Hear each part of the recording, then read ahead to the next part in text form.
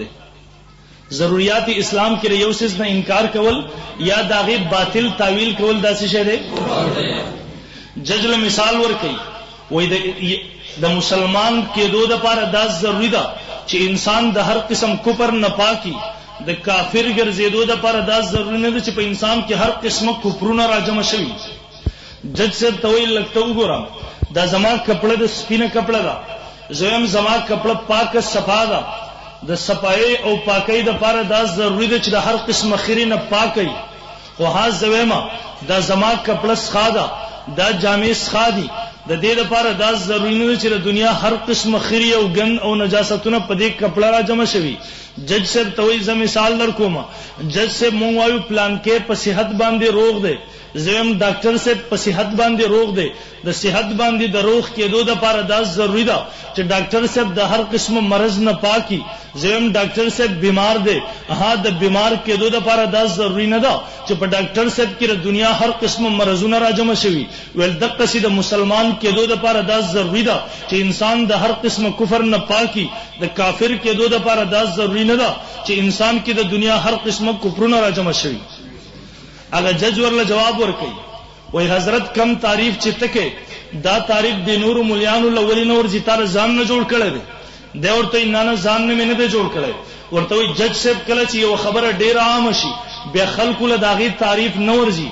هر انسان له پزله کی تعریف ورځي په خوله کې داغي اظهار نشي کولای. هر انسان له پزله کې داغي ترغیب ورځي په جواب باندې داغي اظهار نشي کولای. مولانا کاندهلوی رحم الله دته وای زبداغي یو آسان غوتیز مثال درکما وای جج صاحب ستا په دې میز باندې ګلاس پروت دی ستا په دې میز باندې ګلاس پروت دی تاسو له د ګلاس تعریف درځي. اگر جج ورته ها مال د ګلاس تعریف راځي دی ورته وای جج صاحب ګلاس ستو ویل کیږي دی ورته وای ګلاس ویل کیږي هغه لوخي تا چې پاغي کې اوبوي اسکه کیږي. ګلاس ویل کیږي هغه سست چې پاغي کې انسان اوبس کی. مولانا ادریس کاندهلوی رحم الله فرمای اوبخو په دې لپکه په دې لاسونو کې امس کې کیږي اې دې ته ګلاس ویل کیږي. هغه ول جواب ورکړي نه ګلاس لګ اوګدي. مولانا کاندهلوی رحم الله جواب ورکړي به بوتل خدا غینم اوګدي به هغه ته ولی ګلاس نه وي. جج خاموش شو. مولانا ادریس کاندهلوی رحم الله فرمای زمزم په اخبار کې بیان ورکوم چې پاکستان حکومت دې سره جج جوړ کړی دی چې هغه له د ګلاس تعریف هم نه ورځي. هغه جج ول واپس جواب ورکړي زه ګلاس پیژنم د ګلاس تعریف ماته پزله کې یاد دی خو ها په جواب باندې داغي اظهار نشم کولای په جواب باندې داغي اظهار نشم کولای.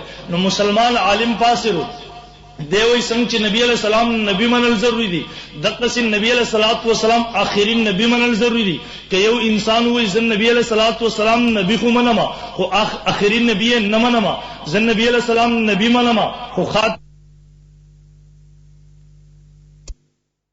عموما بتاسو علماءنا اوریدلی ما کان محمد ابا احد من رجالکم ند محمد پلار د یو کس د سړوستا سره د نبی علیہ الصلوۃ والسلام خو سلور زامنو ابراهیم طاهر قاسم د نبی علیہ الصلوۃ والسلام سلور بچو تبیا څنګه و د نبی علیہ الصلوۃ والسلام نه د پلار د سړوستا سره نه یو کس نه. مونږ وایو جواب داغه داده لفظ د رجل ذکر شوی دی ولک ما کان محمد ابا احد من رجالکم او د نبی علیہ الصلوۃ والسلام اولاد ټول په معصومتوب کې د دنیا نه تشریف وړه دي. نبی علیہ الصلوۃ والسلام اولاد کې نارینه اولاد کې هیڅ کم دی حتی نه دی رسیدل چې باغې باندې د رجل اطلاق وشي. خجی قادیانه د خاتم النبیین سمانه کوي قادیانی بلکې اول تاسو دا خبره ذهن کې کېده وي زخپلی خبري لازم قادیانه سو وخت چې ځوان شو ځوان قادیانه هغه انسان دی چې د 13 صدۍ کې د نبوت داوا کړی ویل ز نبی یم.